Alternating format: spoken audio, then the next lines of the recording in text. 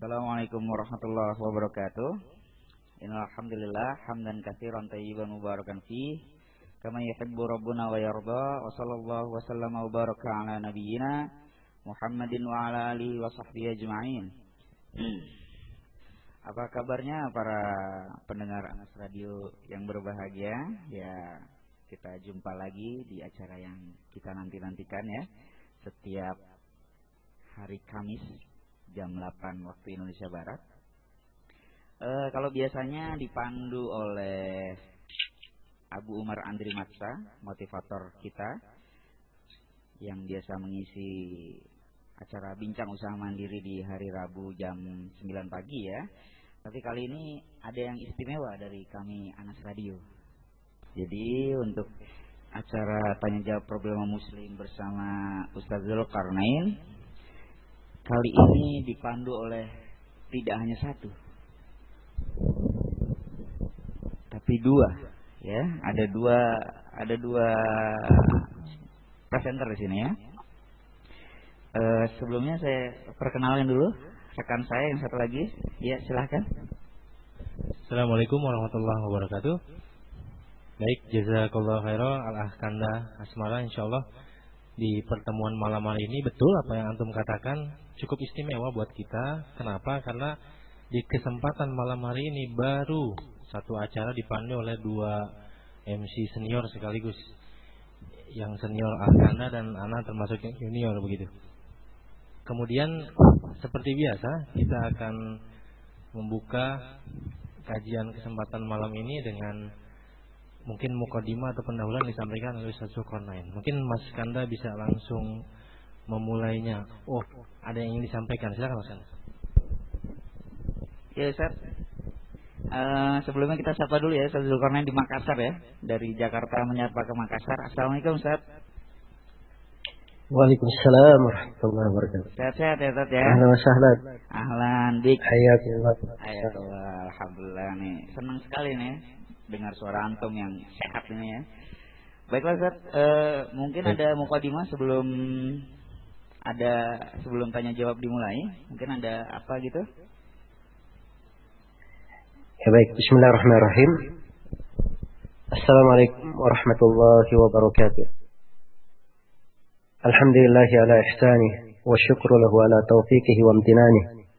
Asyhadu an la ilaha illallah wahdahu la syarika lah تعظيما لشانه وأشهد أن محمدا عبده ورسوله الداعي إلى رضوانه صلى الله عليه وعلى آله وأصحابه وإخوانه وسلم تسليما كثيرا أما بعد.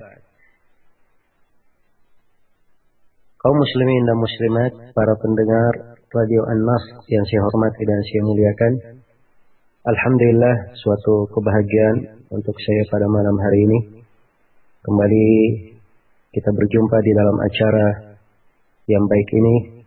Semoga Allah Subhanahu wa taala selalu menjadikan seluruh perjumpaan kita di atas kebaikan, di atas ketakwaan sebagai sebuah ibadah yang mendekatkan diri kita semua kepada Allah Subhanahu wa taala dan sebagai amalan salih yang kita harapkan manfaat dan kebaikannya kelak di kemudian hari tatkala kita menghadap kepadanya. Para pendengar yang saya hormati dan saya muliakan, pada malam hari ini saya ingin membacakan sebuah hadis yang diterangkan oleh Rasulullah sallallahu alaihi wasallam, sangat penting maknanya, sangat agung kandungannya. Sebuah dasar kehidupan hendaknya selalu kita perhatikan dan selalu kita jadikan di dalam sanubari kita. Ia adalah landasan seorang muslim dan muslimah di dalam menghadapi berbagai ujian, cobaan, musibah, petaka dan fitnah. Rasulullah sallallahu alaihi wasallam bersabda, nah hadis ini diriwayatkan oleh Imam Al-Bukhari dan Imam Muslim dari sahabat Abu Hurairah radhiyallahu anhu. Beliau berkata, Rasulullah sallallahu alaihi wasallam bersabda, "Satakunu fitanun al-qa'idu fiha khairun min al-qa'im." والقائم فيها خير من الماشي والماشي فيها خير من السائي ومن يشرف لها تستشرفه ومن وجد ملجأ أو معادا فليعد به. Rasulullah SAW bersabda, akan terjadi fitnah-fitnah.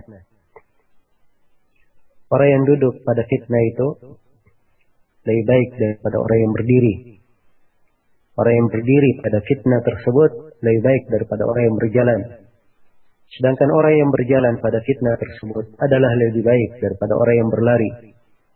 Siapa yang menampakkan dirinya di fitnah tersebut, menonjolkan dirinya di fitnah tersebut, tastasyrifhu, maka fitnah ini akan menyambutnya, kemudian akan membinasakannya.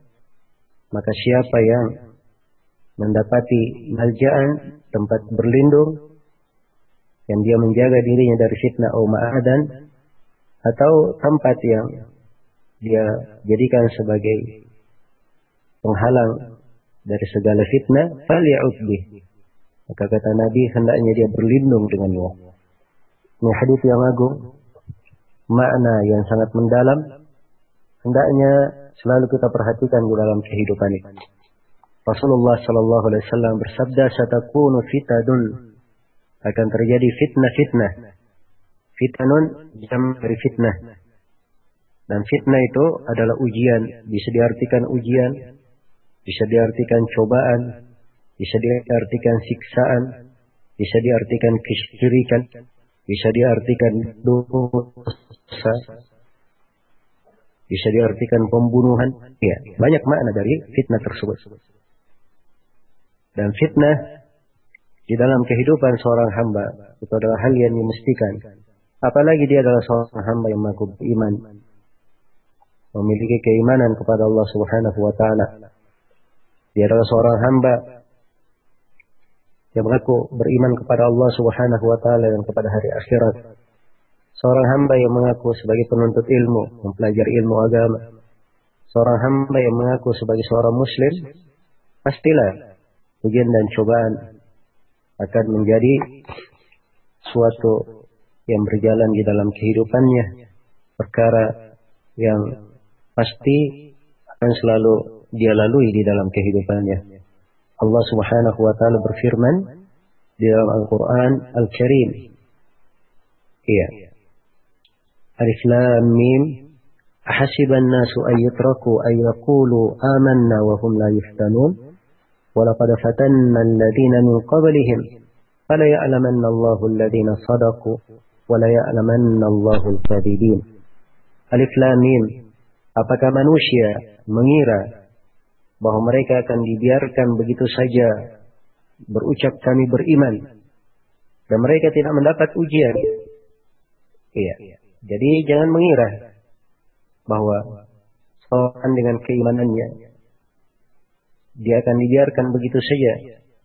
Dari konsekuensi keimanan, iya, dia harus bersabar terhadap ujian. Karena itu sudah merupakan ketentuan Allah adanya fitnah, ujian tersebut. Wa hum la yuftanun. Apakah mereka menyangka akan dibiarkan begitu saja berucap kami beriman dan mereka tidak diuji? Yang merasa dirinya menegakkan agama, membela agama, akan ada ujian. Yang merasa dirinya beribadah, akan ada ujian. Yang merasa dirinya berdakwah, akan ada ujian. Yang merasa dirinya menuntut ilmu, akan ada ujian. Siapa saja yang merasa dirinya menegakkan ibadah kepada Allah akan ada ujian. Ada ujian pada diri seorang hamba. Ada ujian di tengah keluarganya, di tengah istrinya, di tengah anak-anaknya. Ada ujian pada orang tuanya. Ya. Ada ujian pada keluarganya. Ada ujian di berbagai tempat. Karena itu hendaknya diingat bahwa ujian itu adalah ketentuan dan Allah memiliki hikmah yang agung di belakangnya. Allah berfirman dalam kelanjutan ayat yang saya bacakan tadi dari surah Al-Ankabut, "Walaqad fatanna alladziina min qablihim fala ya'lamanna Allahu alladziina shadaqu wa la ya'lamanna Allahu al-kadhibin." Sungguh kami telah menguji orang-orang sebelum mereka. Sungguh kami telah menguji orang-orang sebelum mereka sehingga kami sangat mengetahui sehingga Allah sangat mengetahui siapa di antara mereka yang jujur dan siapa di antara mereka yang dusta. Iya. Maka adanya fitan, adanya ujian dan cobaan di tengah manusia, itu adalah ketentuan-ketentuan yang Allah Subhanahu wa taala tetapkan di tengah manusia. Adalah hal yang Allah tentukan. Iya. Dan Rasulullah telah kabarkan satakunu fitanun.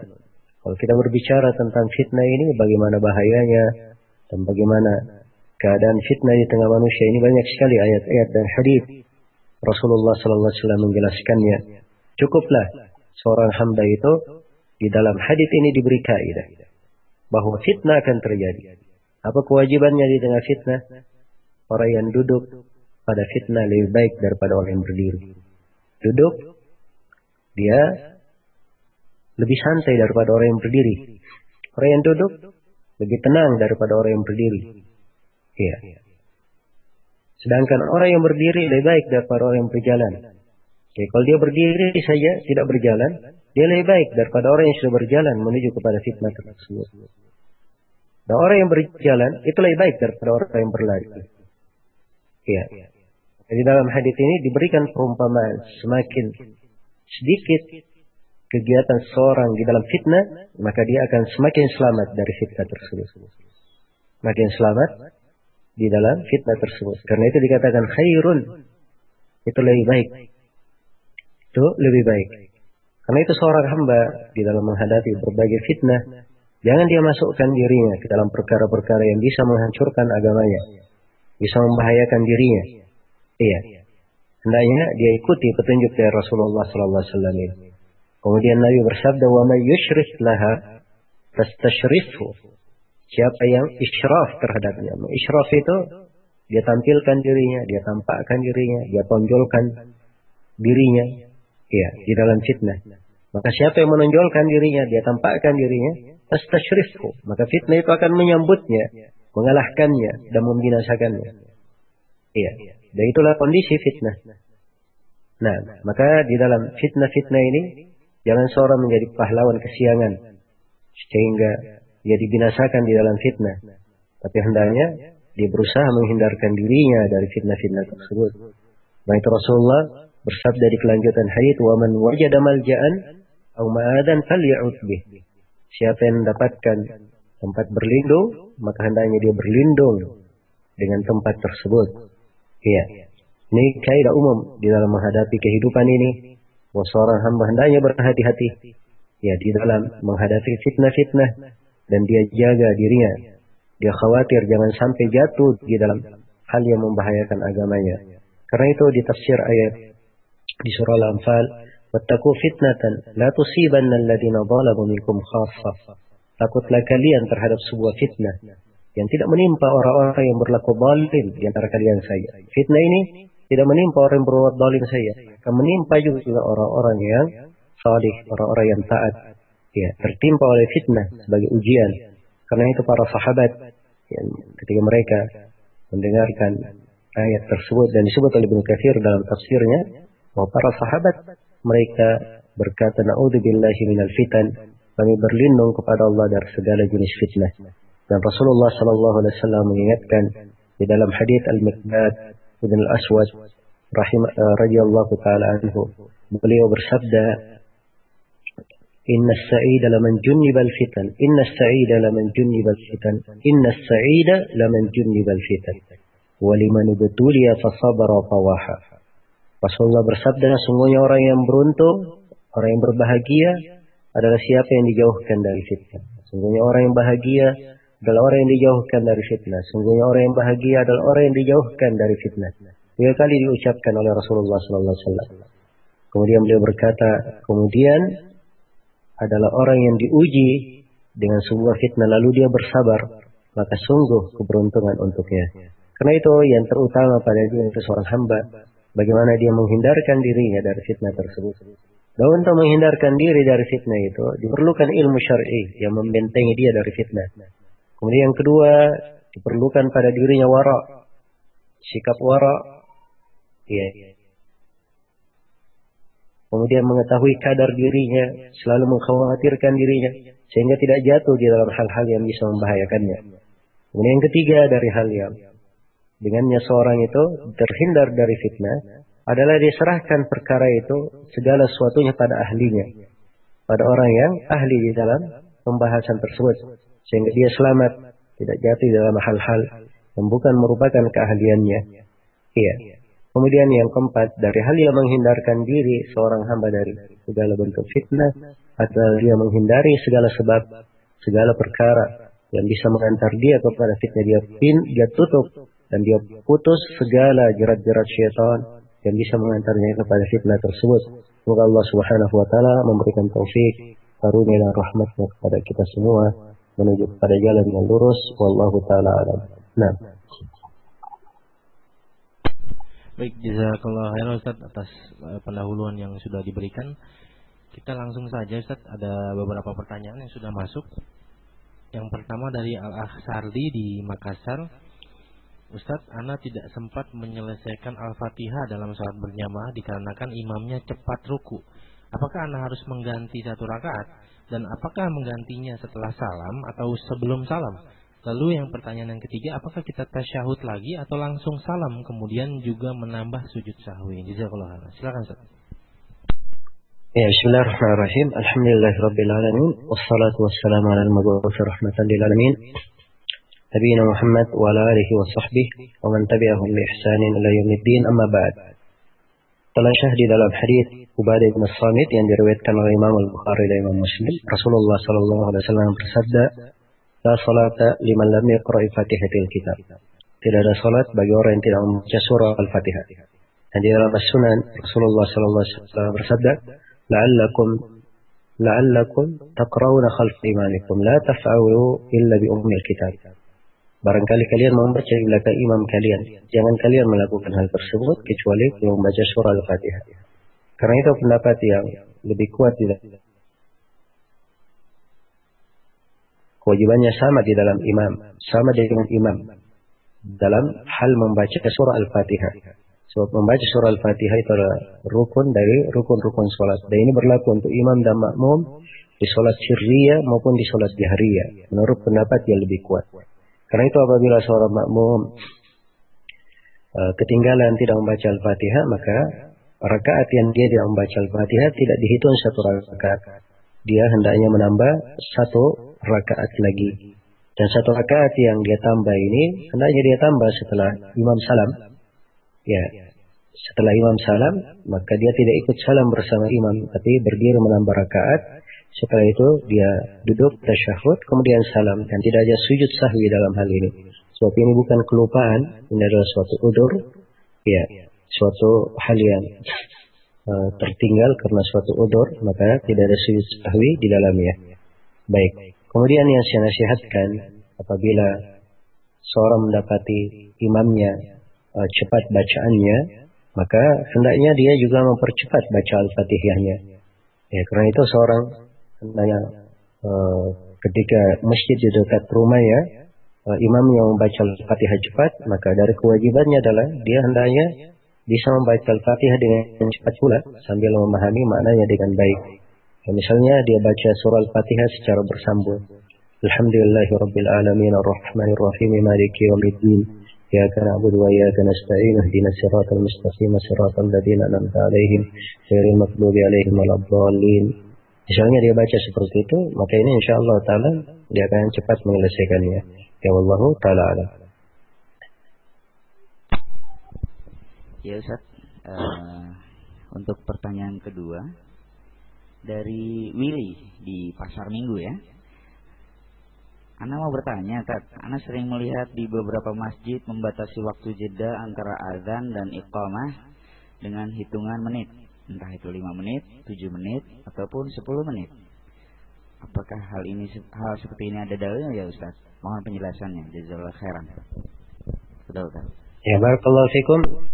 Perlu diketahui bahwa pembatasan 5 menit, 7 menit, dan 10 menit itu tidak ada ketentuan tetap di dalam hal ini.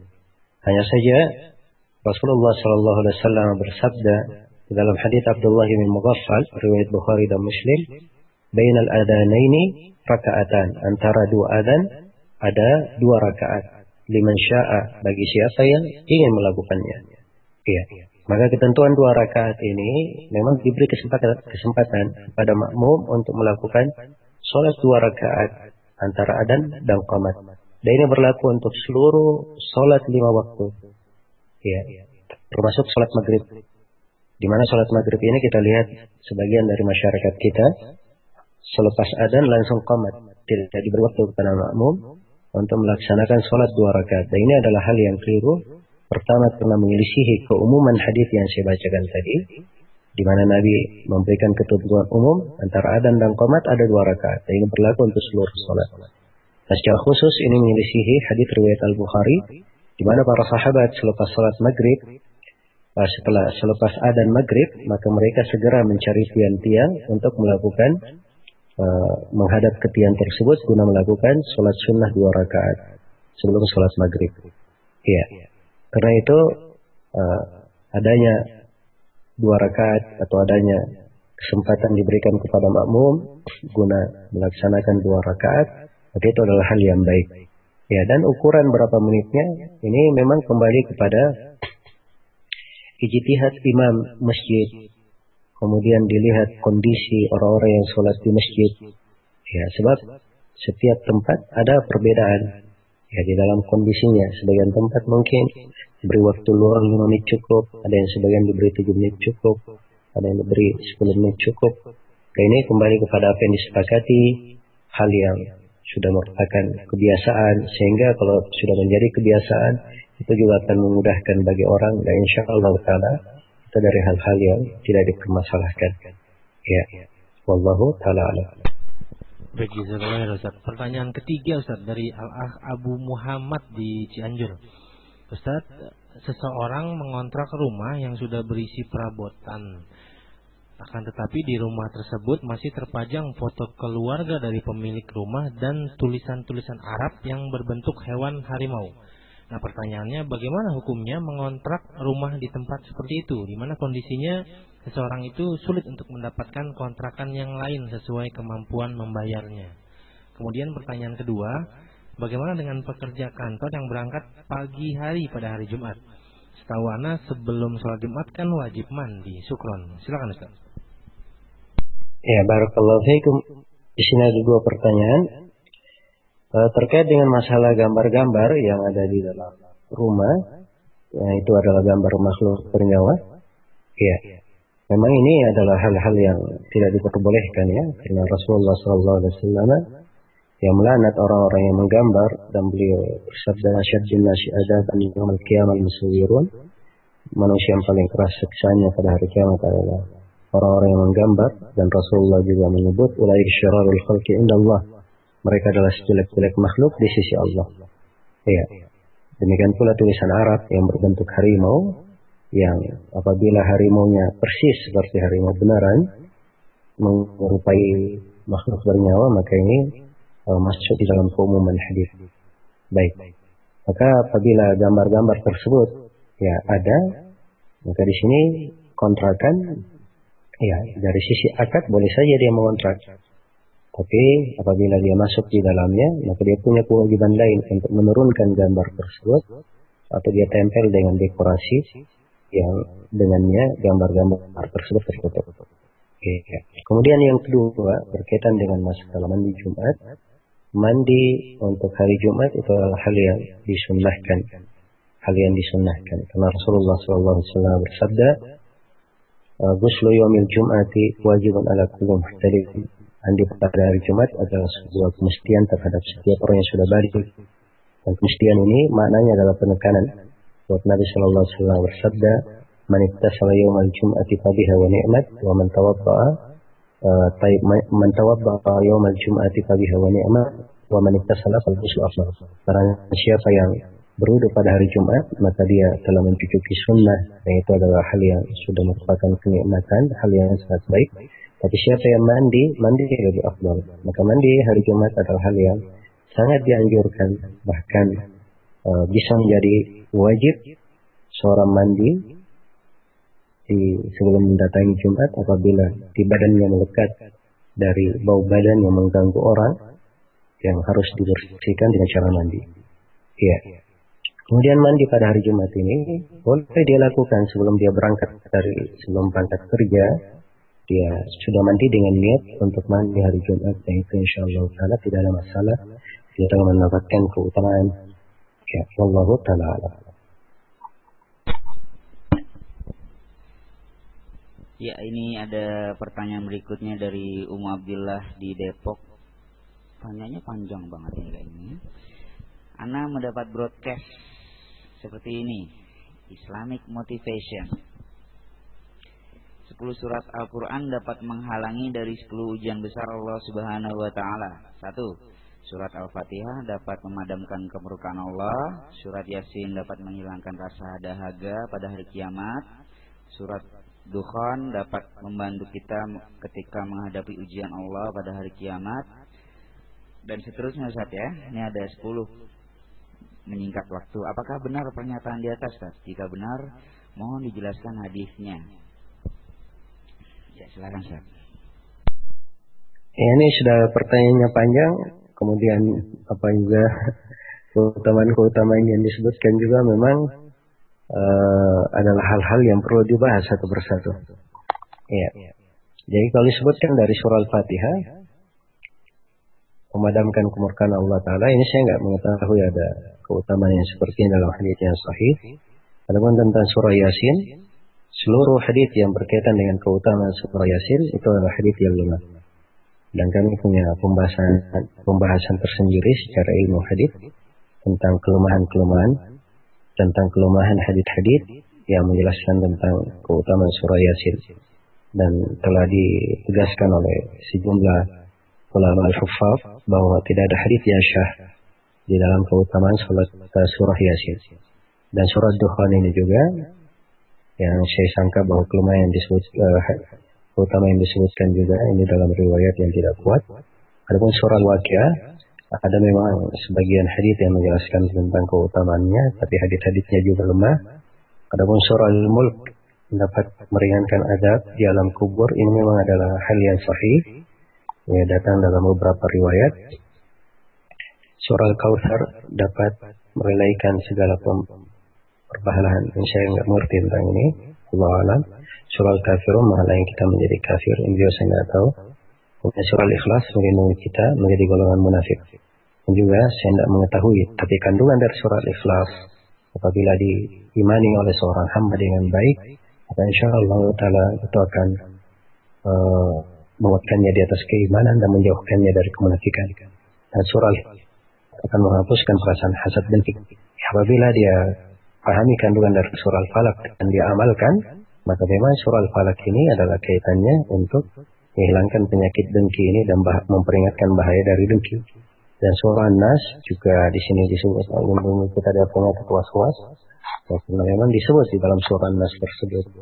Ya, apabila siapa ada yang membaca surah An-Nas, dia pahami maknanya, tafsirnya, dia amalkan, insya Allah Ta'ala itu adalah hal yang baik dan dia dapatkan hal yang disebutkan di sini. Tapi secara khusus juga disebut sebagai keutamaan dalam hadits. Wallahu a'lam, saya tidak mengetahui tentang hal tersebut. Ya. Baik, jazakallah khairan Ustaz. Ini ada pertanyaan dari Ummu Abdurrahman di Jakarta. Ustaz, saat sujud diutamakan banyak berdoa. Kalau sujud boleh atau tidak berdoa dengan lafal doa dari Al-Quran? Kemudian pertanyaan yang kedua, berdoa akhir sholat sebelum salam, apakah untuk sholat fardu atau sholat rawatib? Dan bisakah membaca doa-doa yang sunnah? Silakan Ustaz. Ya, barakallahu fikum. Berarti sini ada dua pertanyaan. Pertanyaan yang pertama berkaitan dengan masalah membaca Al-Quran pada saat doa. Ya, doa di sujud itu dari tempat yang mustajabah doa. Di dalam hadits Abu Hurairah yang diriwayatkan oleh Imam Muslim, Rasulullah SAW bersabda, "Aqrabu ma bainal abdi wa bain rabbih wa huwa sajid, fakthiru fihi min ad-du'a." Sedekat-dekat seorang hamba dengan Rabbnya adalah ketika dia sujud, maka perbanyaklah berdoa pada saat sujud. Tapi telah datang keterangan dalam sejumlah hadits yang sahih larangan membaca doa yang berasal dari Al-Quran. Ya, karena itu sebaiknya seorang membaca doa-doa berasal dari hadits-hadits Rasulullah SAW Atau kalau dia ambil dari Al-Quran, maka doa tersebut sudah ada sebagian lafadznya, ya, sehingga maknanya saja itu insya Allah Ta'ala tidak ada masalah.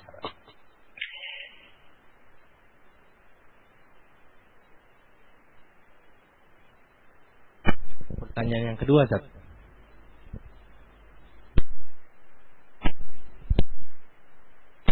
Baik para pendengar Anas Radio, kami masih menunggu jaringan tersambung dengan Ustaz Zulkarnain di Makassar.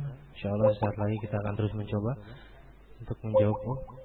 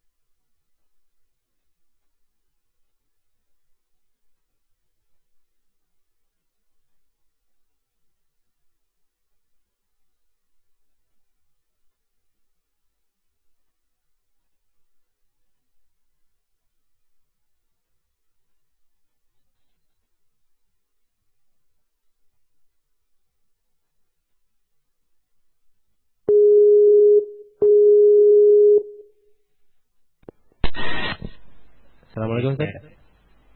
Assalamualaikum. Ya, baik dilanjutkan Ustaz. Apa jaringannya bermasalah Ustaz? Baik. Tadi saya jawab ada 2 pertanyaan tadi ya. Ya. Yang pertama tadi sudah terdengar ya? Ya, sudah Ustaz. Alhamdulillah. Baik. Adapun yang kedua berkaitan dengan masalah doa di tasyahud, itu juga dari tempat yang disyariatkan untuk berdoa dan termasuk hal yang diharapkan istijabah padanya. Dan Rasulullah Sallallahu Alaihi Wasallam bersabda, "Tsummal yatakhayyar min ad-du'a ma syaa." Kemudian hendaknya dia memilih dari doa apa yang dia kehendaki. Iya. Maka ini hadis pengajaran Nabi Sallallahu Alaihi Wasallam berlaku untuk wajib dan asalnya segala yang diajarkan di sholat wajib itu juga bisa dilaksanakan di sholat sunnah. Iya. Baik. Baik, jazakallahu khairan Ustaz atas pertanyaan ini. Ada pertanyaan dari Singapura Ustaz. Dari Singapura, dari Ummu Nur di Singapura. Assalamualaikum Ustaz. Saya sering mendengar kajian di radio-radio sunnah dengan para asatidz menggunakan kitab-kitab para ulama. Bagaimana saya bisa mengetahui agar ilmu yang didapati benar-benar terjauhi dari fitnah dan syubhat? Mohon nasihatnya Ustaz. Silakan Ustaz. Iya. Barakallahu fikum. Yang seorang agar benar cara pengambilan ilmunya, yang pertama dia mengambil dari guru yang dipercaya akan keilmuannya. Dan sifat guru ini, ya, yang pertama dia adalah orang yang lurus, ya.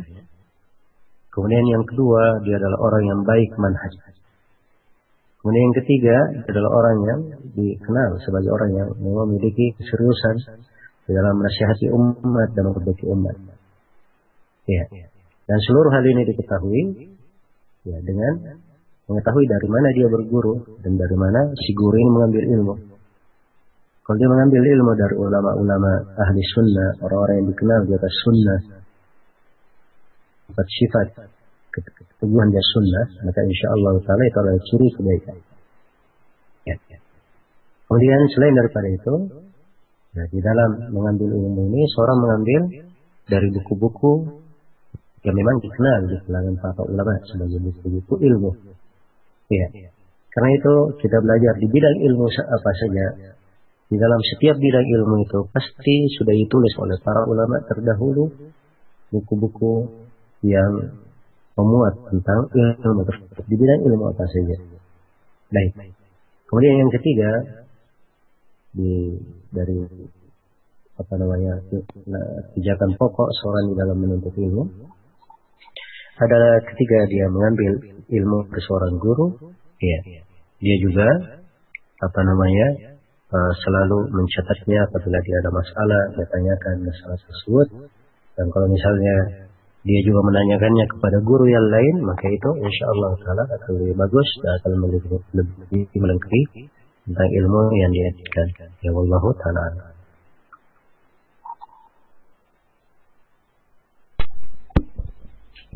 Ya Ustaz, berikutnya ini ada penanya dari jauh ya, negeri jauh, negeri seberang.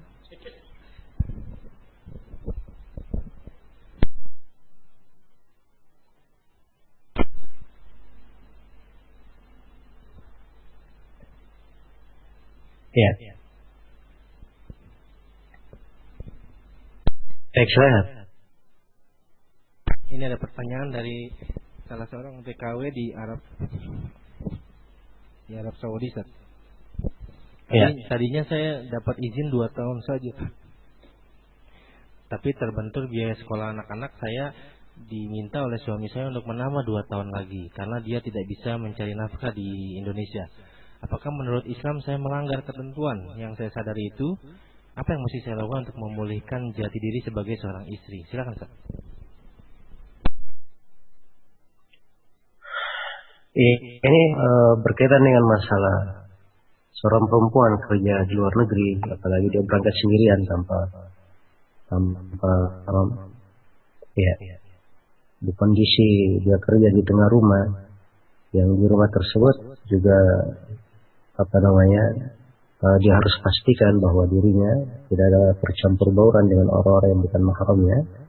Tentunya ini adalah masalah yang sangat besar dan seorang muslim hendaknya memperhatikan dan menjaga kebaikan agamanya di dalam hal ini. Ya. Karena itu apabila kejadian yang sudah terjadi, maka hal-hal yang telah lalu kita berdoa kepada Allah agar supaya dimaafkan. Ya. Dan apabila di kondisi pekerjaannya saat ini dia di kondisi sebagai seorang yang sudah mukim dan juga tidak ada percampur bauran yang di saat melakukan kerja, insya Allah taala kalau dia tetap melanjutkan kerja dengan alasan yang disebutkan, itu kembali kepada hatinya sendiri dan kembali kepada kebaikan hatinya. Ya. Saya bermohon kepada Allah Subhanahu wa taala semoga dari kita diberikan kemudahan oleh Allah Subhanahu wa taala dan selalu dijaga di atas kebaikan dan ketakwaan. Wallahu taala. Baik, jazakallahu Ustaz. Ini ada pertanyaan lagi dari Al-Khabar di Kerajaan Saudi Arabia. Pertanyaan pertama, apabila seseorang bekerja di lepas pantai yang jadwalnya sudah tertentu, misalkan 2 minggu, setelah itu ia kembali ke rumahnya, apakah selama bekerja dihitung sebagai safar atau mukim? Silakan, Ustaz. Ya, ini lepas pantai, saya nggak tahu ya lepas pantainya jarak berapa kilo. Apakah itu sudah dihitung safar oleh kebanyakan orang di situ atau tidak? Kemudian di kondisi di tempat kerja itu sendiri apakah disiapkan tempat-tempat khusus untuk melakukan sholat Jumat atau tidak? Ini kondisi dan keadaan berbeda. Saya bisa memberikan jawaban pasti untuk saudara yang bertanya di sini. Dan tetapi kalau misalnya jaraknya jauh dan sudah dihitung sebagai jarak safar, apalagi tempat itu tidak ada masjid khusus untuk menegakkan sholat Jumat, ya biasanya orang-orang di pemerintahan Saudi itu yang sholat Jumat maka mereka sangat serius untuk hal tersebut sebab ditangani oleh Wizarat Syu'unul Islamiyah, Departemen Kementerian Agama yang menanganinya. Maka apabila tidak akan di situ Jumat, maka mereka mungkin dianggap sebagai orang yang sudah mukim. Jadi dia punya 2 tempat tinggal, mukim 2 minggu di sana dan mukim 2 minggu di tempat asalnya. Tapi kalau misalnya tidak ada ditegakkan Jumat di situ, maka insya Allah mereka disebut sebagai seorang yang musafir. Dan hilang pendapat di kalangan ulama tentang berapa ketentuan seorang mukim itu boleh mengqasar salatnya di kondisi tahu berapa jumlah hari yang dia akan berada di tempat tersebut. Ada yang mengatakan 4 hari, ada yang mengatakan 17 hari, 19 hari. Ya, dan itu pendapat Ibnu Abbas radhiyallahu taala anhu, tapi yang dianggap lebih hati-hati oleh para ulama kita di Lajnah Daimah, di Lajnah Daimah, Syekh bin Baz dan Selain 4 hari. Ya Allah taala. Nah. Baik, jazakallahu khairan Ustaz. Ini ada pertanyaan dari Ukti di Makassar. Ustaz, apabila sewaktu kecil kita tidak diakikah karena satu hal dan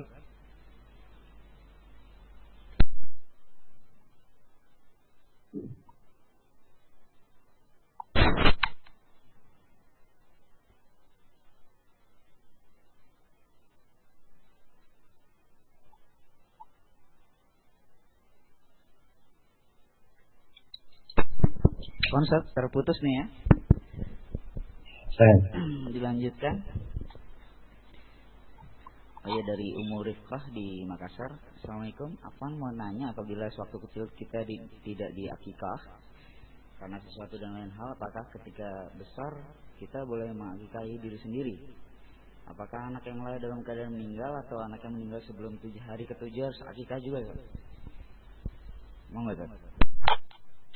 Ya, barakallahu fiik. Ada 2 pertanyaan. Yang pertama tentang orang yang tidak diakikahi,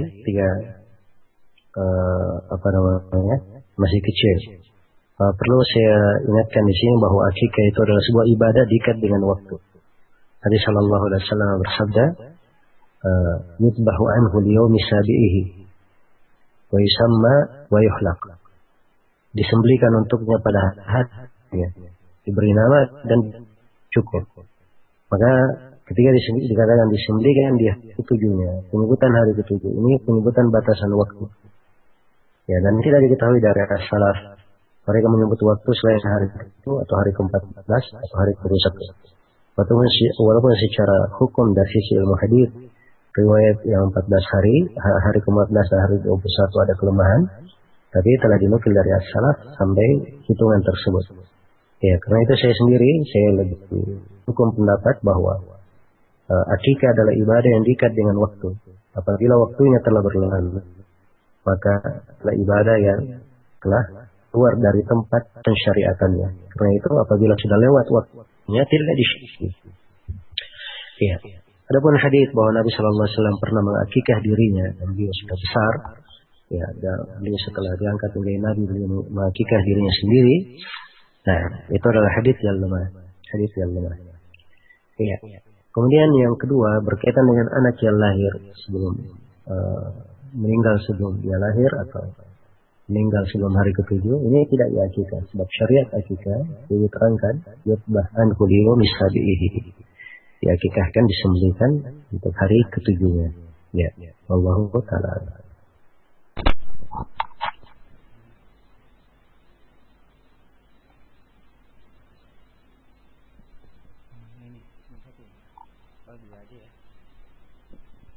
Ustaz, jazakallahu khairan. Pertanyaan berikutnya kita dapat dari email. 2 pertanyaan. Yang pertama, apakah boleh kita berwudu tanpa sehelai benang pun di dalam badan kita, Ustaz? Semisal berwudu setelah mandi gitu, Ustaz. Lalu yang kedua, apakah dilarang kita kencing sambil berdiri? Silakan, Ustaz. Ya, barakallahu fikum. Yang pertama berkaitan dengan masalah mandi dan berwudu dalam keadaan tidak berpakaian. Ya, sama sekali ini dari hal yang tidak dipermasalahkan. Sebab itu tidak mengganggu keabsahan wudu dan juga tidak mengganggu keabsahan mandi. Imam Al-Bukhari rahimahullah memberi judul bab di dalam sahihnya tentang hal ini. Dan beliau berdalilkan dengan kisah Nabi Ayub yang mandi dalam keadaan tidak berpakaian. Demikian pula Nabi Musa alaihissalam mandi dalam keadaan tidak berpakaian. Iya. Hanya saja kalau seorang menutupnya, maka itu insyaallah taala juga adalah hal yang bagus. Tapi kalau misalnya dia berat untuk menutup karena mungkin dari kondisi keadaan pakaian dan sebagainya di dalam membersihkan juga mungkin agak berat, ya maka hal ini adalah perkara yang diperbolehkan. Kemudian yang kedua, berkaitan dengan masalah kencing dalam keadaan berdiri, ya itu dibolehkan bagi laki-laki di kondisi yang memang memungkinkan untuk kencing berdiri. Ya, telah syahid dalam hadits Hudzaifah ibn al-Yaman diriwayatkan oleh Imam Al-Bukhari dan Imam Muslim. Beliau berkata, "Atan Nabi sallallahu alaihi wasallam sibaqa qaumin fabala qa'iman." Sungguhnya Nabi sallallahu alaihi wasallam pernah mendatangi tempat sampah suatu kaum, lalu beliau berdiri, buang air kecil dalam keadaan berdiri. Iya, itu dalil tentang bolehnya. Hanya saja kalau ada kondisi tidak memungkinkan, karena misalnya dia apabila kencing misalnya akan memantul kepada dirinya atau akan menyebabkan najis berhamburan ke pakaiannya, maka ini adalah hal yang tidak diperbolehkan, karena dari kewajiban seorang muslim berbersih dari najis, dan telah syahid di dalam hadits Ibnu Abbas riwayat Bukhari dan Muslim, Nabi sallallahu alaihi wasallam menyebutkan dua orang yang disiksa di alam kubur, dan salah satunya fakana la yastanzihu min baulihi. Dia adalah orang yang tidak berbersih ketika dia kencing.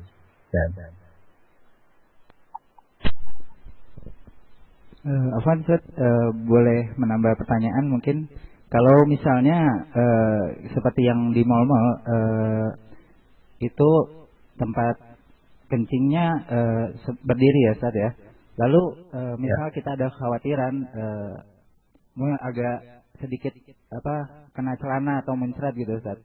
Sedangkan kita sedang berada di luar dan waktu sholat sudah memanggil gitu Ustaz. Itu bagaimana solusinya untuk menghilangkan kekhawatiran kita yang ada agak sedikit ada khawatir air kencing menempel dalam celana Ustaz. Silakan Ustaz.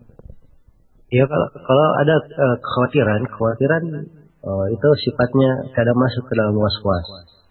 Ya, maka yang ketika di air kecil biasanya memang toilet untuk berdiri itu memang diperuntukkan untuk kencing berdiri. Hanya menjadi masalah di situ adalah tentang penjagaan terhadap aurat. Itu yang menjadi masalah. Baik.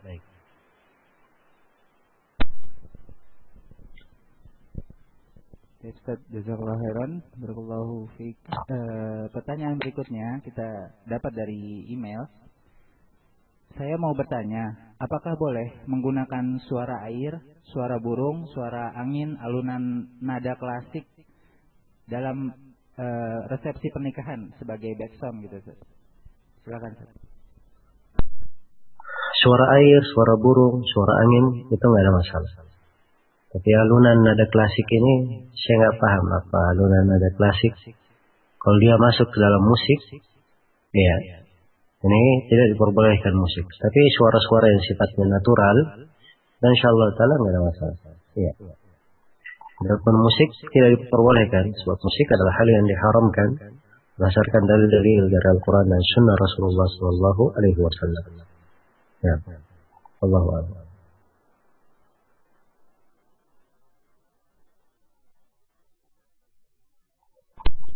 Ustaz, pertanyaan berikutnya ini dari hamba Allah di Depok.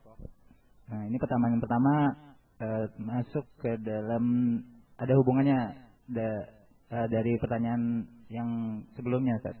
Yang pertama, bolehkah kita pakai dalam acara walimah? Apakah satu, bolehkah kita pakai musik, atau kalau tidak pakai semacam nasyid saja tanpa musik? Yang kedua, dalam walimah, apakah seorang boleh melepas cadarnya untuk umat mungkin ya Ustaz, jika ada tamu orang kafir di dalam pernikahan yang dipisah atau sesuai syar'i? Yang ketiga, apakah dalam walimah jika sang suami ingin langsung tinggal di tempat baru sementara istri ingin di rumah orang tua, namun menurut suami akan banyak mudaratnya jika tinggal di rumah orang tua tersebut. Sejauh mana sang suami bisa memaksa istrinya untuk tinggal di tempat baru? Jazakallahu khairan. Silakan Ustaz.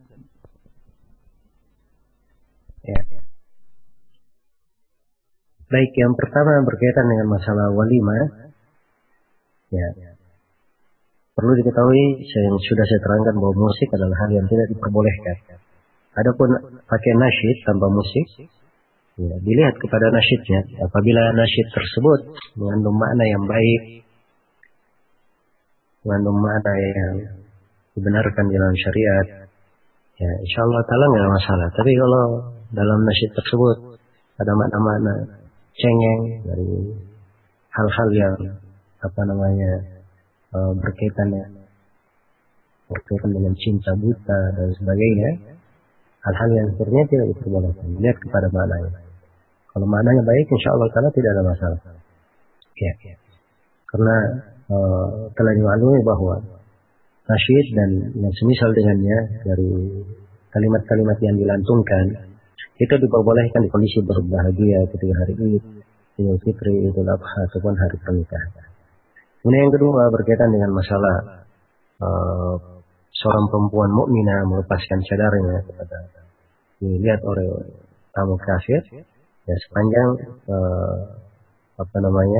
hal tersebut adalah perkara yang lumrah dan biasa, dan tamu kafir ini bukanlah dari sifat tamu yang menginginkan pembahayaan untuk seorang mukminah.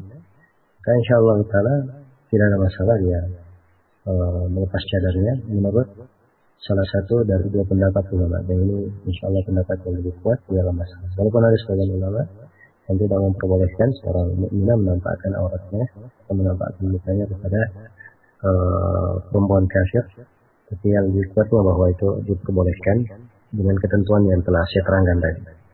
Kemudian yang ketiga berkaitan dengan masalah suami yang mengajak istrinya pindah, ya dimaklumi memang bahwa keberadaan suami dan istri hidup sendirian, ya membina rumah tangganya sendiri di dalam sebuah rumah, itu adalah hal yang lebih baik baginya supaya dia lebih bebas dalam mengatur rumah tangganya dan lebih erat hubungannya dengan istrinya dan seterusnya.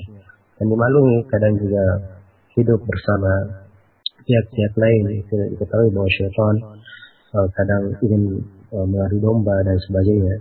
Maka alasan-alasan ini kadang menyebabkan sang suami memilih pilihan untuk hidup sendiri, dan itu adalah hal yang kita tidak ragukan itu lebih utama.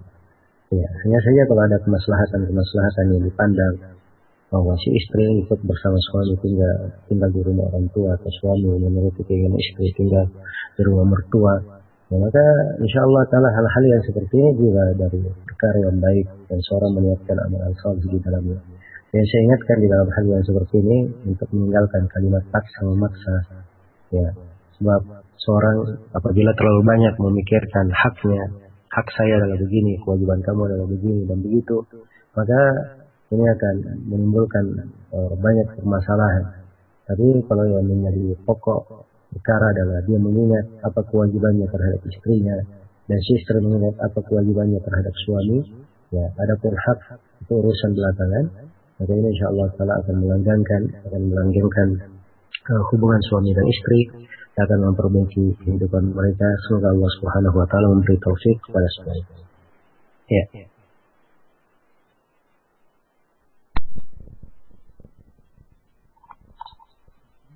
Baik, Ustaz, jazakallahu khairan. 3 pertanyaan terjawab, insyaallah.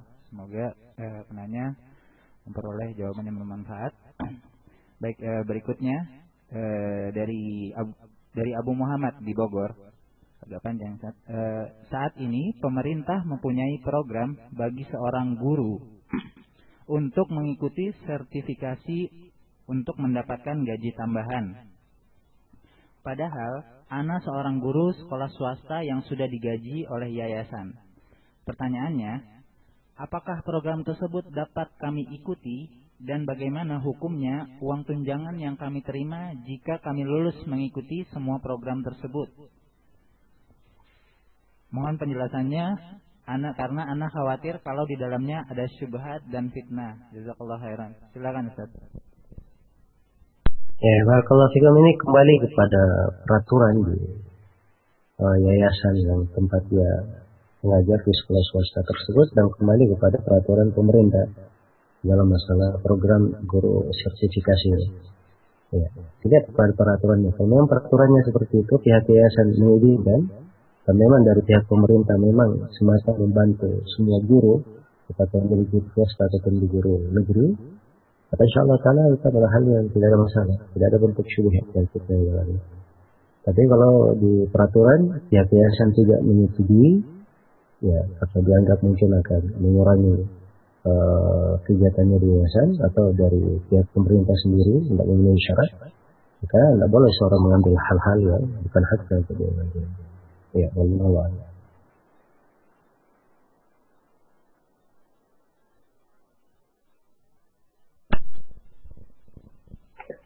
Ustaz, pertanyaan berikutnya dari Al-Ihsan Jakarta. Ustaz, bagaimana hukum membeli saham dengan rincian sebagai berikut? Perusahaan Ana menghimbau agar masyarakat membeli saham perusahaan dari bonus yang akan karyawan terima, di mana harga saham tersebut lebih murah sekian persen dari harga sebenarnya, sehingga setelah dibeli hampir dapat dipastikan pasti untung saat dijual. Misalnya tidak dijual pun setiap tahun akan mendapat dividen. Bagaimanakah hukum jual beli saham tersebut? Syukran jazakumullahu khairan. Silakan Ustaz. Ya. Jadi di sini sifatnya saham ya, dijual oleh pihak perusahaan kepada karyawannya sendiri. Ya. Ini pertama kembali kepada jenis sahamnya. Jadi kalau perusahaannya adalah perusahaan yang bergerak di bidang di pekerjaan yang halal, maka saham yang seperti ini tidak ada masalah. Ya, dan membelinya juga tidak dipermasalahkan. Apabila dia di perusahaan yang adalah perusahaan yang bekerja di bidang hal yang diharamkan, maka tidak boleh seorang bersyirikat di dalamnya. Dan apabila perusahaan tersebut di dalam sahamnya ada yang halal dan ada yang haram, maka saham yang seperti ini menurut pendapat yang lebih kuat tidak boleh seorang ikut di dalamnya, sehingga itu bersyirikat dalam dosa. Ya. Baik, tapi kalau semua dari apa yang dilakukan di dalam perusahaan adalah hal yang halal, maka insya Allah ta'ala itu tidak ada masalah. Tidak ada masalah. Dan keadaan perusahaan menjual saham kepada karyawannya sendiri dengan harga lebih murah ya dari harga sebenarnya, itu dianggap bonus diberikan perusahaan untuk si karyawan. Ya, dan tidak ada masalah karyawan dia membeli saham, dia menjadi pemilik di dalamnya dan juga menjadi pegawai di dalam hal tersebut, dan itu tidak dipermasalahkan. Ya wallahu a'lam. Ustaz, nampaknya tadi ada kesalahan membaca pertanyaan. Maksudnya karyawannya dari perusahaan tersebut yang membeli saham, dan sudah dijawab juga oleh Al-Ustaz Zulkarnain. Ustaz, pertanyaan berikutnya dari Ferial di Jakarta.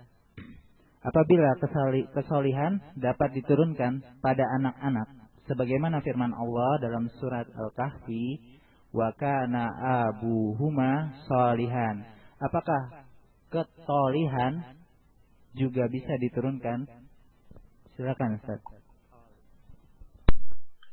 Ya, kesolihan itu enggak diturunkan kepada anak-anak. Demikian pula ketolihan juga tidak turun kepada anak-anak. Ya, setiap orang beramal dengan amalannya masing-masing.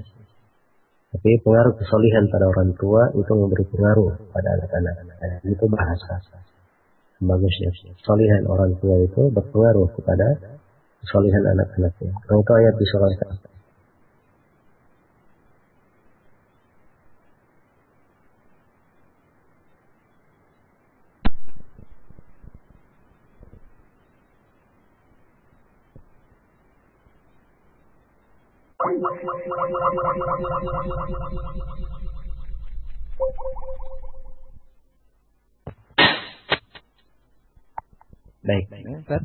Baik, tersambung kembali. Ya baik, jadi berkaitan dengan ayat wa kana abuhuma shalihan, ini berkaitan dengan dua orang anak yatim setelah orang tuanya meninggal.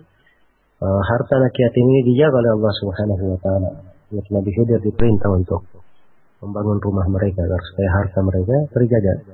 Dan disebutkan di antara sebab kenapa dijaga, wa kana abuhuma shalihan. Ayah mereka berdua adalah orang yang saleh. Jadi pengaruh kesalihan ayahnya itu menyebabkan anak-anaknya terjaga. Tidak menunjukkan bahwa kesalihan si ayah menurun kepada si anak. Ya, karena kesalihan demikian pula ketalihan itu pengaruh pada diri sendiri. Ya, dan memang orang tua memberikan pengaruh di dalam hal tersebut. Ya. Karena itu Rasulullah SAW bersabda, "Kullu mauludin yuladu 'ala fitrah." Setiap yang dilahirkan di atas fitrah. Fa abawahu yuhawidanihi aw yunasiranihi aw yumajjisanihi. Kedua orang tuanya lah yang membuat dia menjadi Nasrani atau menjadi Yahudi atau membuatnya menjadi Majusi. Ya. Demikian pula ketalihan tidak turun pada anak. Ya, hanya saja pengaruh dari orang tua itu berbahaya bagi anak. Pengaruh kepada orang tua dari orang tua itu berpengaruh kepada anak. Tapi secara umum dosa orang tua tidak ditanggung oleh anaknya. Karena Allah Subhanahu wa taala firman, "Wa la taziru waziratun wizra ukhra." Dan orang yang berdosa itu tidak menanggung dosa orang yang lain. Tidak menanggung dosa yang lain. Dan secara umum pembahasan ini dicakup di dalam ayat yaitu firman Allah Subhanahu wa taala, "Wa an laysa lil insani illa ma sa'a." Manusia tidak akan mendapatkan kecuali apa yang dia upayakan sendiri. Semoga Allah Subhanahu wa taala memberi taufik kepada semuanya. Ya. Ustaz, pertanyaan berikutnya dari Iskandar Syafni melalui Yahoo Messenger. Mungkin sekitar hobi nih, Ustaz. Bagaimana hukum memancing ikan gitu ya? Memakai umpan kodok atau cacing atau udang gitu, Ustaz. Silakan, Ustaz. Ya, kalau pakai kodok nggak boleh ya, sebab syah larangan dari Rasulullah SAW larang membunuh kodok. Ya, kalau pakai cacing atau ikan kecil atau udang itu insya Allah nggak ada masalah. Ya.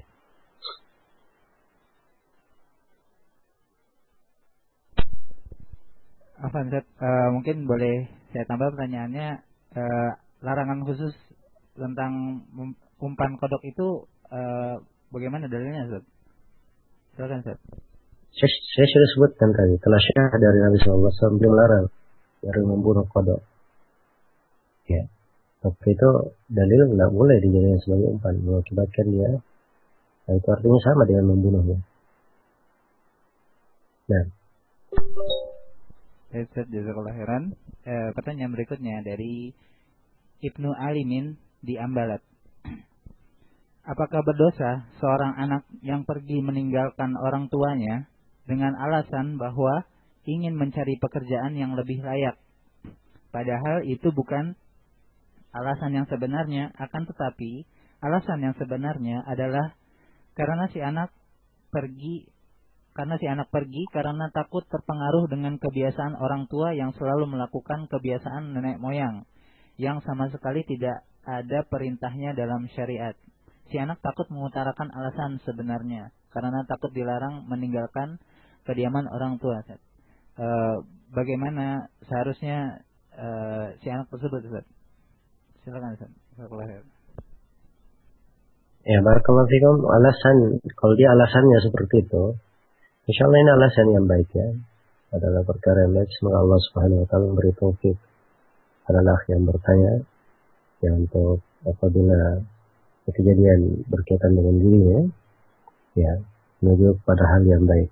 Dan memang perlu orang tua perlu diselamatkan ya, dengan cara yang baik, dan si anak untuk menyelamatkan orang tuanya itu perlu mempelajari ilmu yang agama yang benar, sehingga dengan ilmu agama ini dia memiliki hujjah untuk menasihati orang tuanya, dan dengan ilmu agama yang dia pelajari dia memiliki cara untuk mengajak orang tuanya kepada kebaikan dan merubah kebiasaannya. Ya, apalagi kebiasaan tersebut tidak ada perintah syariat di dalamnya atau melanggar syariat. Semoga Allah Subhanahu wa taala memberi taufik kepada semuanya. Nah. Baik, pertanyaan selanjutnya Ustaz dari Nisa di Makassar. Saya mau bertanya, jumlah rasul sebenarnya ada berapa? Syukran. Silakan, Ustaz. Ya, jumlah rasul itu apa namanya, banyak ya. Nah, jumlah Rasul disebut dalam hadis lebih dari 300 orang. Dan apa namanya, untuk para nabi juga disebutkan lebih banyak lagi oleh Rasulullah Sallallahu Alaihi Wasallam. Baik, coba saya lihat hadisnya berkaitan dengan hadis di dalam hal tersebut.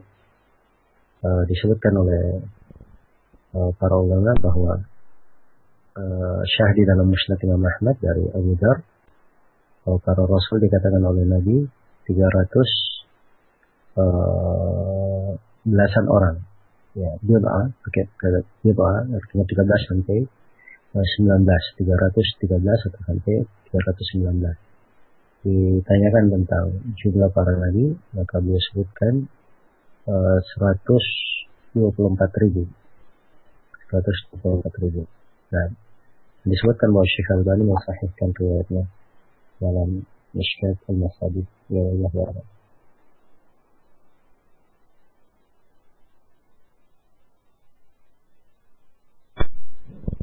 Ya. Nah, baik. Yang perlu saya ingatkan bahwa jumlah Nabi dan Rasul yang disebut dalam Al-Quran itu bukanlah pembatasan. Sebab ada yang diceritakan dan ada yang belum diceritakan dalam Al-Quran.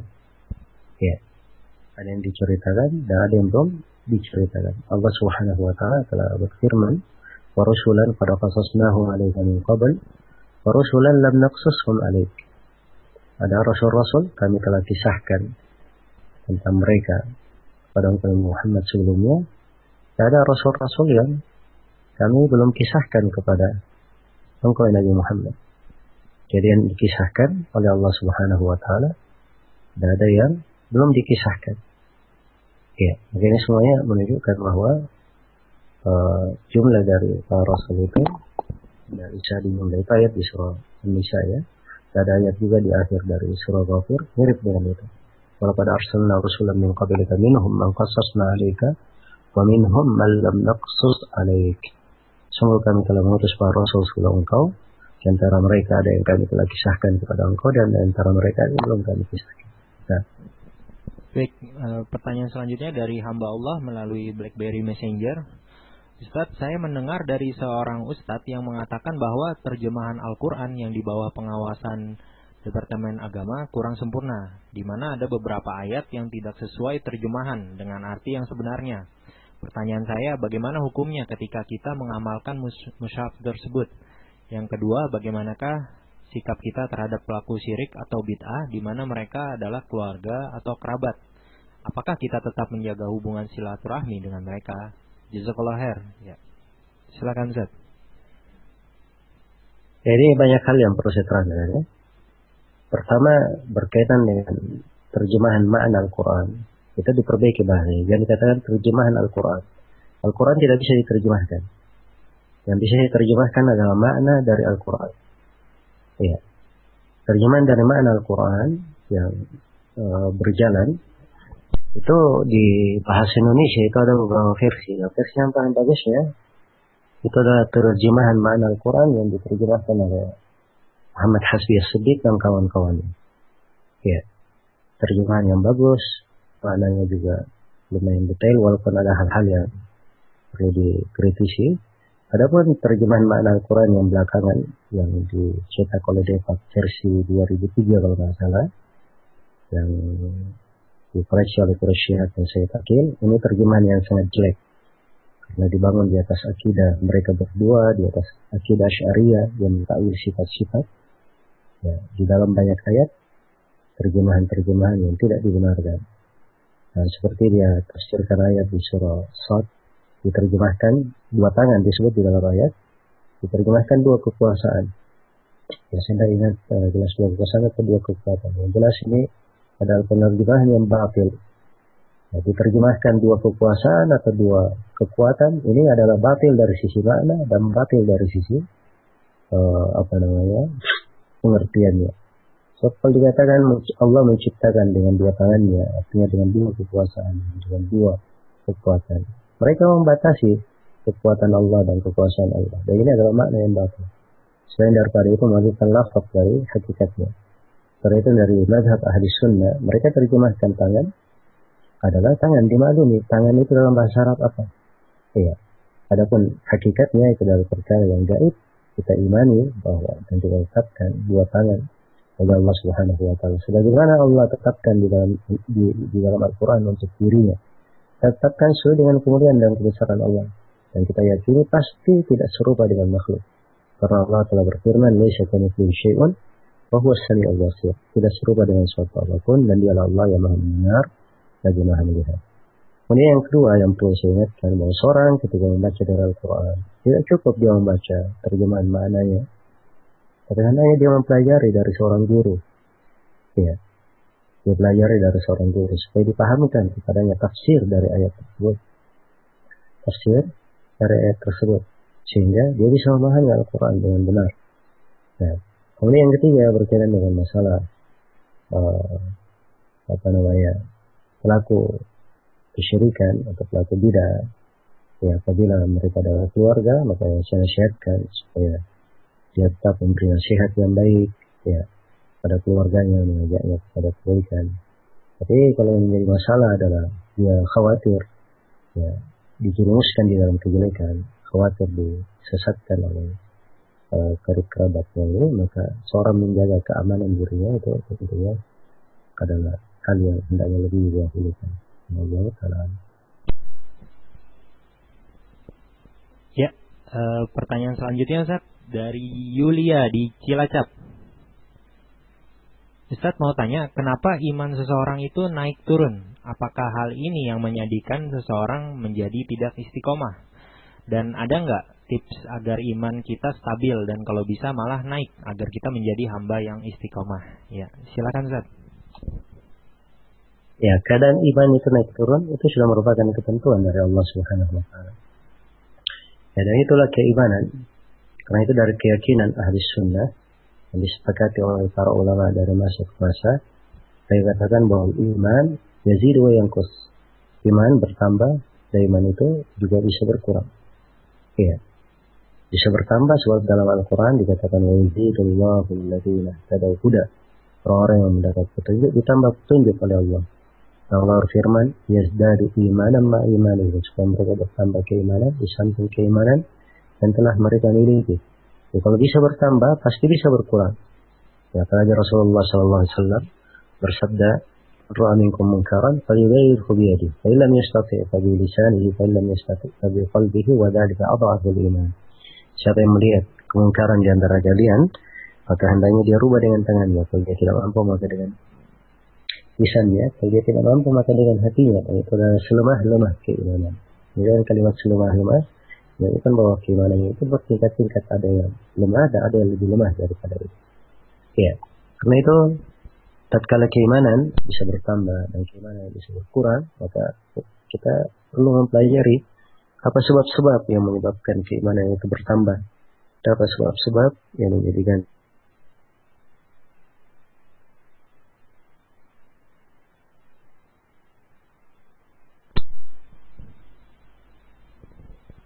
Iya, nampaknya terputus hubungan.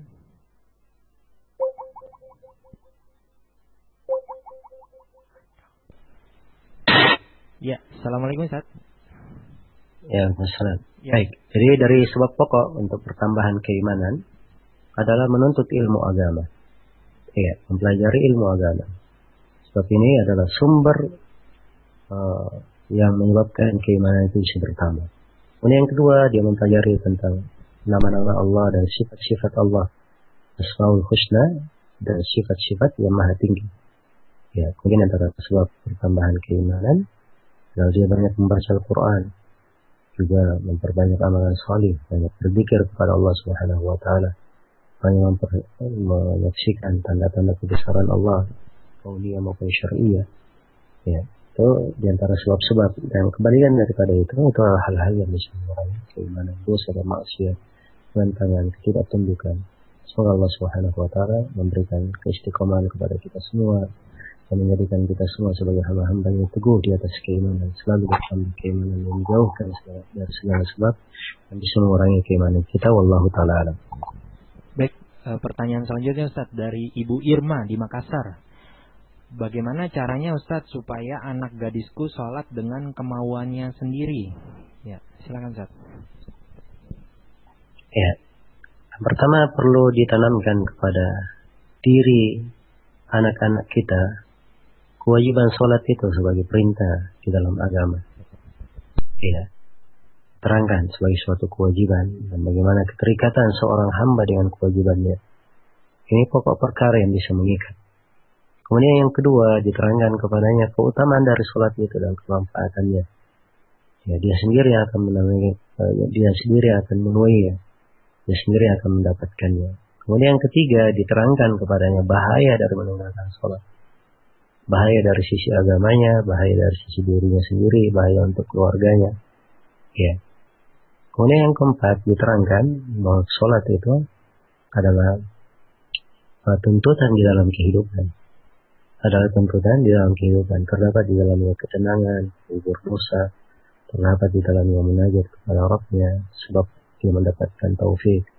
Maka ini hal-hal perlu dibiasakan, ya, dibiasakan dan perlu dipelajari situasi dan kondisi si anak sehingga dia bisa diajak untuk hal tersebut. Semoga Allah Subhanahu wa taala memberikan tulisan kepada kita semua dan memberikan keikhlasan serta memberikan petunjuk kepada anak-anak kita untuk istiqamah di atas agama, untuk melaksanakan perintah-perintah syariat. Wallahu taala.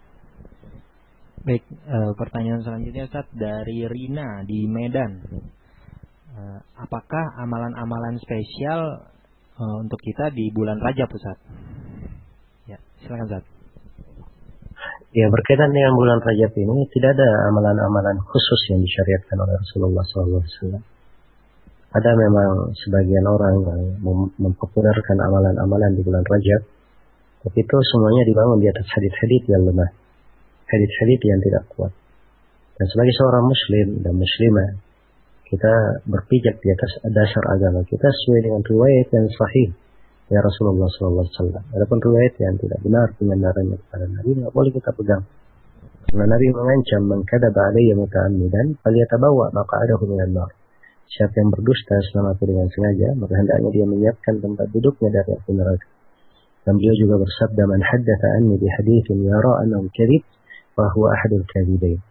Siapa yang meriwayatkan, bercerita dari sebuah hadis, dia pandang hadis itu dusta, tetap dia ceritakan, maka dia adalah salah satu dari dua pendusta. Iya. Semoga Allah Subhanahu wa taala memberi taufik kepada semuanya. Baik Ustaz, ini ya, dan alhamdulillah amalan ibadah adalah amalan yang ada pada setiap bulannya, berjalan pada setiap tahunnya, bersolat, puasa. Seorang hamba jangan dia ada motivasi untuk ibadah di masa tertentu, di waktu tertentu, ya, tapi dia beribadah kepada Allah pada segala keadaan sehingga dia pun wafat, ajal datang menjemput di keadaan apapun dia dalam keadaan istiqamah kepada Allah Subhanahu wa taala. Karena itu Allah perintah kepada Nabi-Nya, "Wa'bud rabbaka hatta ya'tiyakal yaqin." Beribadahlah engkau kepada Rabbmu sampai kematian datang menjemputmu. Dan juga Allah berfirman kepada Nabi-Nya, "Fa idza faragta fansab wa ila rabbika farghab." Apabila kamu telah selesai menyelesaikan suatu ibadah, maka berdiri tegaklah kamu melakukan ibadah yang lainnya. Dan kepada Rabbmu lah hendaknya engkau selalu mengharap. Ya. Ya Ustaz, ini ada pertanyaan dari seorang di Matraman dengan Pak Rangga. Ustaz, kapan seseorang bisa dihukumi terkena penyakit salsil baul? Karena Ana ini membaca beberapa artikel, ada yang mengatakan bahwa kalau setiap 1 jam atau setengah jam itu keluar terus baru dihukumi salsil baul.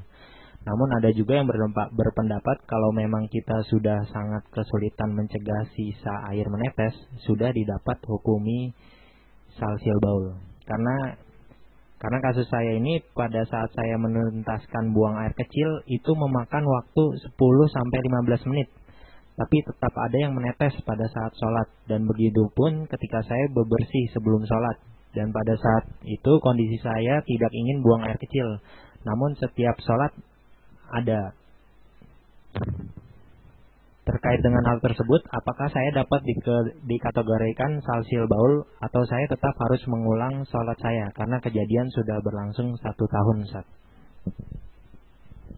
Ya, barakallahu fiik Allah Rangga, semoga Allah memberi kesehatan untuk antum. Ini disebut dengan penyakit salasil baul namanya.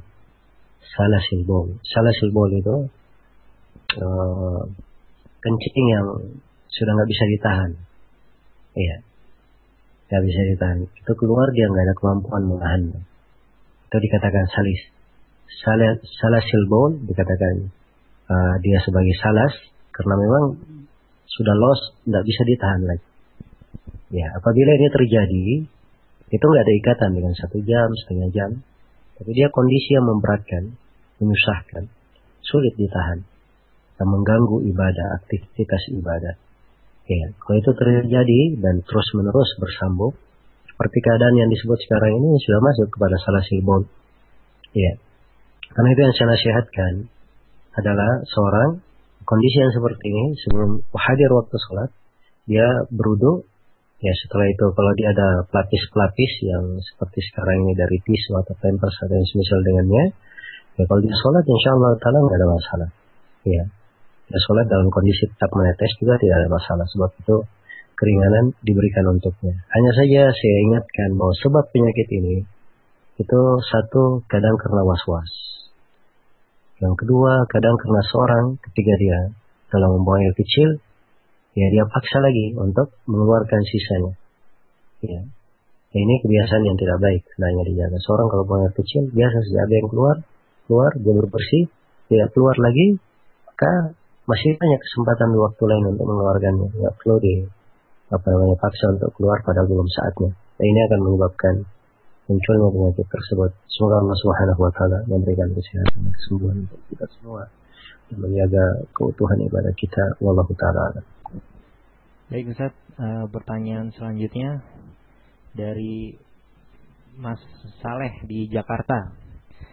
Ana mau tanya hukum kerja di hotel bintang 5. Saya di bagian front office, Ustaz. Mohon nasihatnya.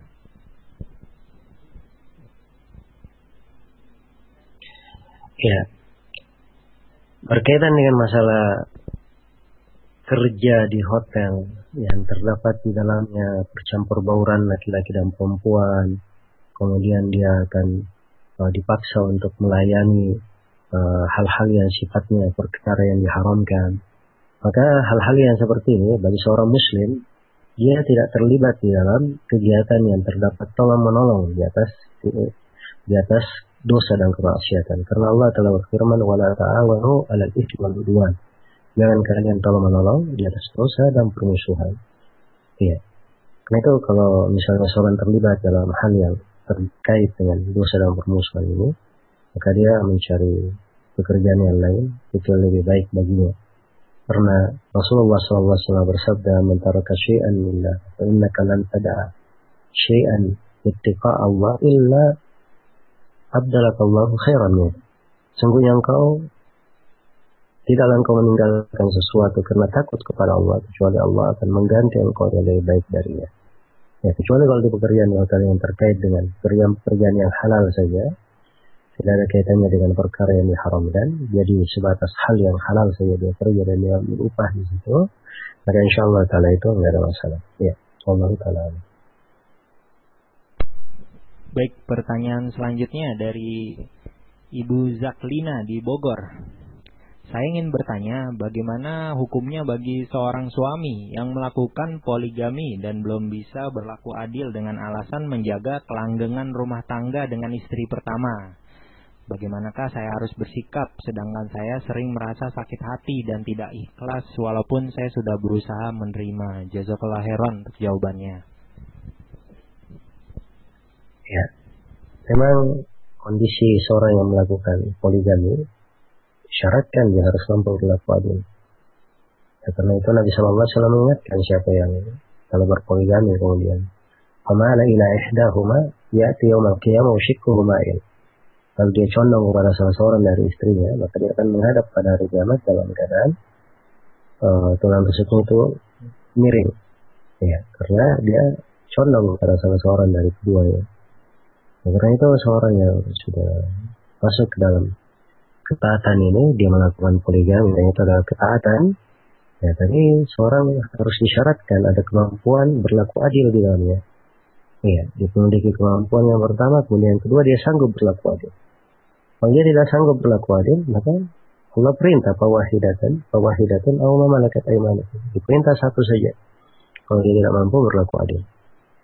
Baik, kemudian yang kedua, kalau misalnya istri kedua ya menggugurkan sebagian haknya, misalnya dia menggugurkan sebagian harinya untuk istri pertama, atau dia menggugurkan sebagian haknya untuk istri pertama, jadi itu tidak ada masalah ya, itu artinya keridhaan dari istri. Ya, tapi kalau misalnya tidak ada akad keridhaan seperti itu di awal, maka yang sepertinya harusnya suami dia berlaku adil, memberikan haknya sesuai dengan porsinya masing-masing. Dan suami harus berlaku adil dalam 4 hal. Yang pertama dalam hal pakaian, yang kedua dalam hal tempat tinggal, kemudian yang ketiga dalam hal nafkah, kemudian yang keempat dalam hal bermalam. Dalam hal bermalam ini. Nah, kemudian saya nasihatkan untuk pihak istri kedua, ya, tatkala dia telah bersiap untuk menjalani poligami tersebut bersama suaminya, dan itu adalah amalan yang saleh dan suatu hal yang baik, maka harusnya dia juga sudah siap menanggung apa-apa yang memang terkait dengan konsekuensi dari poligami tersebut. Jadi kalau terjadi hal-hal yang seperti ini, dan ini dari perkara yang kadang lumrah dipahami untuk suami, kadang karena istri pertamanya mungkin belum riba penuh, ya dia perlu waktu untuk menstabilkan. Maka di hal-hal yang seperti ini, seorang tatkala sudah masuk di dalam sebuah kebaikan, maka apabila ada suatu musibah atau suatu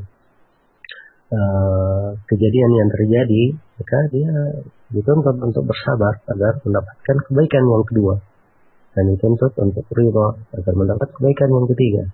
Bahkan kalau dia bisa bersyukur, maka itu adalah kebaikan yang keempat. Dan manusia dalam ujian dan cobaan bertingkat-tingkat. Ya, ada yang dia hanya mampu bersabar, itu satu kebaikan. Dan ada yang tingkatan lebih tinggi lagi, dia mampu untuk ridha, ini tingkatan lebih tinggi. Dan kalau di antara ujian dan cobaan dia mampu bersyukur, maka itu lebih tinggi lagi tingkatannya. Semoga Allah Subhanahu wa taala memberi taufik kepada semua. Ya Ustaz, ini ada pertanyaan tambahan, masih tema yang sama, yaitu poligami. Bolehkah seorang suami yang ingin menjalankan sunat adud dalam keadaan istrinya hamil, Ustaz? Ya, tidak disyaratkan suami itu harus minta izin kepada istri pertama. Tidak disyaratkan istri pertama harus tahu. Tidak disyaratkan istri pertama harus dalam kondisi normal, tidak hamil. Tidak disyaratkan istri pertama dalam keadaan dia ridha. Ya, sebab berpoligami itu adalah hak dari suami. Tapi suami yang baik adalah suami yang mempertimbangkan apa yang dia lakukan. Kalau dia ingin menginginkan suatu kebaikan, maka kebaikan tersebut dia kerjakan di batasan yang dengannya dia memperoleh ketaatan di dalamnya, tidak mengakibatkan bahaya yang lebih besar atau tidak mengakibatkan pembahayaan terhadap orang lain. Ya, semoga Allah Subhanahu wa taala memberi taufik kepada semuanya. Baik Ustaz, ya, mungkin ini pertanyaan terakhir Ustaz dari Bandung dengan Abdurrahman. Ustaz, Ana mau tanya, jika seseorang hendak melakukan maksiat, kemudian di tengah saat dia maksiat dia teringat ayat yang mana artinya yang menjadikan hawa nafsu mereka sebagai Tuhan. Namun ternyata kemaksiatan tetap dia lakukan. Apakah hal ini dia telah menyekutukan Allah dengan menuruti hawa nafsunya, Ustaz? Iya, silakan Ustaz. Iya. Namanya kemaksiatan yang dilakukan, ya, itu pasti terdapat di dalamnya dia mengikuti hawa nafsunya. Apalagi kalau dia sendiri mengetahui bahwa dirinya memang ya tahu bahwa dia keliru, tapi dia ikuti hawa nafsunya di sini, bahayanya lebih besar tentunya. Bahayanya lebih besar. Dan kondisi bahaya seorang dalam hal ini bertingkat-tingkat. Baik. Ayat yang dia sebut tadi itu ayat di surah Al-Jathiyah, ya. Allah Subhanahu wa taala berfirman, "Afara'aita man ittakhadha ilahahu hawa wa adallahu Allahu 'ala 'ilm, wa khatama 'ala sam'ihi wa qalbihi, wa ja'ala 'ala basarihi gishawa, wa man yahdihi min ba'dillah, afala tadhakkarun." Tidakkah engkau melihat orang yang menjadikan hawa nafsunya sebagai sembahannya? Ya Allah sesatkan dia di atas ilmu. Perhatikan di sini bahasa dijadikan hawa nafsunya sebagai sembahan. Disesatkan di atas ilmu. Khatma ala sam'ihi wa qalbihi, ditutup pendengaran dan hatinya. Sallallahu alaihi wasallam. Kemudian dijadikan penutup di atas kedua matanya. Maka siapa yang bisa memberi hidayah padanya setelah Allah? Tidakkah kalian mengingat? Nah, maka ini dari tidak diragukan orang yang di kondisi seperti ini jatuh di dalam bentuk yang sangat besar dari dosa dan masuk di dalam perkara kesyirikan. Hanya saja keberadaan keterkaitan hati dalam mengikuti hawa nafsu dan sebagainya ini bertingkat-tingkat manusia di dalamnya. Semoga Allah Subhanahu wa taala memberi taufik dan rahmat kita semua, dan kita semua dari segala dosa maksiat, melindungi kita semua dari segala fitnah dan ujian. Dan semoga Allah Subhanahu wa taala selalu memberkahi kehidupan kita, memberikan petunjuk kita semua di atas jalan yang lurus. Dan semoga Allah Subhanahu wa taala selalu menjadikan hati-hati kita semua tenang dengan keimanan dan ketakwaan, suci dengan mengingat dan mempelajari agamanya. Innahu waliyyu dzalik wal qadiru alaih. Ini mungkin yang bisa saya sampaikan pada malam ini, dan semua maaf atas segala kekurangan. Allahu ta'ala alam. Subhanakallahumma wa bihamdik, asyhadu an la ilaha illa anta, astaghfiruka wa atubu ilaik. Walhamdulillahirabbil alamin. Waalaikumsalam warahmatullahi wabarakatuh. Jazakallahu khairan Ustaz Zulkarnain atas tanya jawab yang telah dituntaskan di kesempatan malam pada hari ini. Program Muslim insyaallah akan kami lanjutkan di pertemuan yang akan datang setiap hari Kamisnya ba'da Isya insyaallah. Baik para pendengar Anas Radio dimanapun antum berada, ada beberapa pengumuman yang kami perlu sampaikan terkait dengan daurah Islamiyah di Al-Ittisam dengan tema keimanan, terkait dengan keimanan yang akan dilangsungkan pada hari Sabtu besok tanggal 18 Mei 2013 di Masjid Al-Ittisam Sudirman belakang Hotel Shangri-La Jakarta. Dimulai pukul 9 sampai waktu zuhur tiba insyaallah.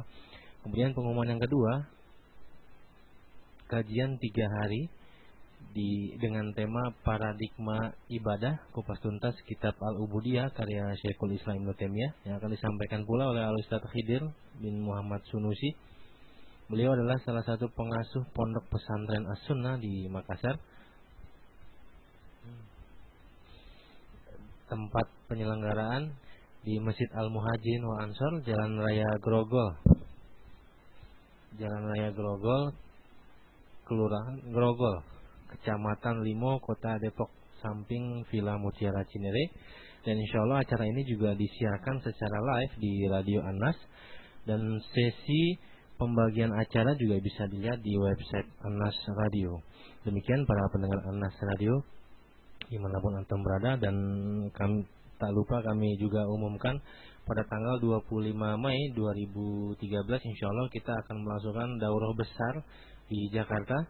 Kita akan kedatangan salah seorang masyayikh Ahlussunnah dari negeri Yaman, yaitu Syekh Utsman As-Salimi hafizahullah taala dan Syekh Abdullah Al-Mar'i yang dalam konfirmasi beliau untuk hadir di sini. Insyaallah akan dilaksanakan pada tanggal 25 Mei 2013 di Masjid Al-Ittisam, masjid yang sama di tempat kajian rutin kita. Maka para pendengar Anas Radio dipersilakan mengajak sanak saudara, keluarga, dan ajaklah masyarakat sekitar untuk menghadiri acara tersebut. Insyaallah terbuka untuk umum, ikhwan dan akhwat. Baik, itu saja para pendengar Anas Radio, tuntunan dan panduan yang bisa kami sampaikan. Mohon maaf jika ada kata-kata yang salah, dan maaf jika ada permasalahan jaringan di kesempatan pertemuan dengan Ustaz Jul tadi. Demikian, subhanakallahumma wa bihamdika asyhadu an la ilaha illa anta astaghfiruka wa atubu ilaik. Assalamualaikum warahmatullahi wabarakatuh.